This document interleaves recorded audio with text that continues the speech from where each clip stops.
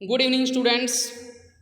कुछ बच्चे समझते हैं कि अपठित अवबोधनम बहुत इजी है क्योंकि आंसर ढूंढ ढूंढ के लिखना होता है और इजी सोच के वो लोग प्रिपेयर ना हो के जाते हैं एग्ज़ाम में और वहीं पे भी गलत कर बैठते हैं।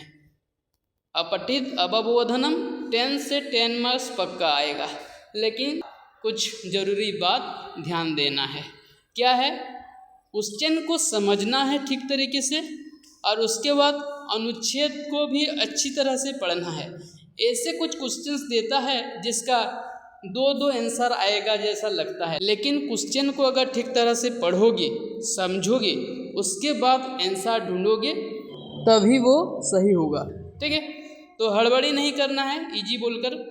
तो आज तुम्हारे क्लास 10 संस्कृत का एक अपठित अवबोधनम डिस्कशन करेंगे। तो तुम लोगों को पहले ये जो अनुच्छेद है ना, ये एक बार पढ़ के समझ लेना है। उसके बाद पहला क्वेश्चन पढ़ना है। एक पदेन उत्तरत, मतलब वन वर्ड में लिखना है। जगतः परिकल्पना कस्मिन् रूपेण कृता, जगत का परिकल्पना किस रूप से किया गया है, किस रूप से किया गया है यहीं पे ढूंढेंगे हम। इधर है देखो, जगतः परिकल्पना अपि मातृरूपेण एवं कृता, तो क्या लिखेंगे? मातृरूपेण, ये होगा आंसर। उसके बाद ख नंबर, मातुः पदम कीदृशम अस्ति, माता पद कैसा है, यहाँ पे ढूंढेंगे। मातुः पदम अद्वितीयम अस्ति, अद्वितीयम, ये होगा आंसर। वन वर्ड में लिखना है। वयम स्वदेशाय किम वदामः, हम लोग अपने देश के लिए क्या बोलेंगे, क्या बोलेंगे? इधर आंसर है देखो, स्वदेशाय च मातृभूमि इति वदामः, ये जो है ना, वयम धेनुम गोमाता इति कथयामः, स्वदेशाय च मातृभूमि इति वदामः, तो आंसर क्या होगा? मातृभूमि ही। उसके बाद पूर्ण वाक्य न उत्तरम ददातु।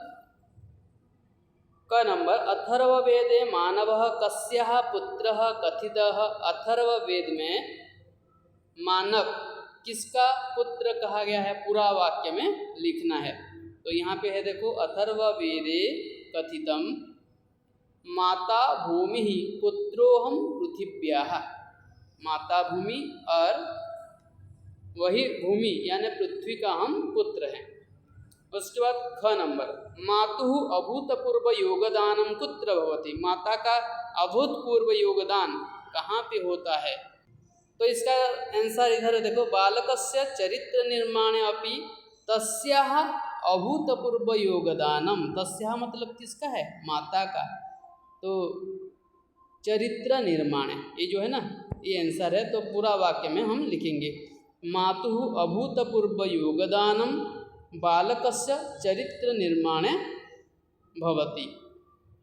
उसके बाद ग नंबर, माता किम किम करोति, माता क्या क्या करती है, क्या क्या करती है माता?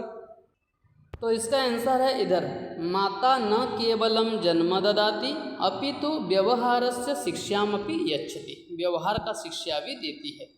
उसके बाद IV नंबर, अस्य अनुच्छेदस्य कृते समुचितम शीर्षकम लिखत, इस अनुच्छेद के लिए एक उचित शीर्षक लिखिए। तो शीर्षक क्या होगा? यहीं पे है देखो, मातृदेवो भव। ओके, ये है शीर्षक। दूसरा भी शीर्षक हो सकता है इस टॉपिक के आधारित। ओके, उसके बाद IV नंबर, यथा निर्देशम उत्तरता, यथा निर्देश उत्तर दीजिए। तस्याः इति सर्वनाम पदम कस्मै प्रयुक्तम, तस्याः, ये जो सर्वनाम पद किसके लिए प्रयुक्त हुआ है? यहाँ पे देखो, अभी पढ़े थे, तस्याः अभूतपूर्व योगदानम, तस्याः किसके लिए प्रयुक्त है? इधर माता के लिए। तो क्या होगा? माता शब्द का चतुर्थी एकवचन मातृ। ओके, क्योंकि यहाँ पे कस्मई है, चतुर्थी विभक्ति में है, इसीलिए मातृ होगा आंसर। उसके बाद ख नंबर, कथयामः इति क्रियापदस्य कर्तृपदम किम, कथयामः ये तो क्रियापद है, उसका कर्ता पद क्या है? यहाँ पे देखो, वयम धेनुम गोमाता इति कथयामः, हम कहेंगे, हम बोलेंगे। कौन बोलेगा? हम। तो वयम है उसका कर्ता। ओके। उसके बाद ग नंबर, मूर्ति इति पदस्य किं विशेषणम गद्यांशे प्रयुक्तम। मूर्ति का ये जो पद है इसका विशेषण गद्यांश में क्या दिया गया है? यहाँ पे देखो, सजीवा मूर्ति। कैसा मूर्ति? सजीवा मूर्ति। कैसा बोलने से जो उत्तर आ रहा है वो है विशेषण, तो सजीवा होगा उसका आंसर, यहाँ पे दिया गया है। ओके। तो बच्चों ये था तुम्हारे लिए एक इम्पोर्टेंट अपठित गद्यांश। इसको अच्छी तरह से आप लोग प्रिपेयर होके जाइए, और इसी टाइप का दूसरा कुछ भी आएगा तो आप लोगों को इजी हो जाएगा, क्योंकि आप लोग ऑलरेडी प्रैक्टिस कर चुके हैं। ओके। अगर हमारा वीडियो अच्छा लगा एक लाइक कर दीजिए, अपने दोस्तों को शेयर कर दीजिए, और नए हैं तो चैनल को सब्सक्राइब कर दीजिए। Okay, thank you.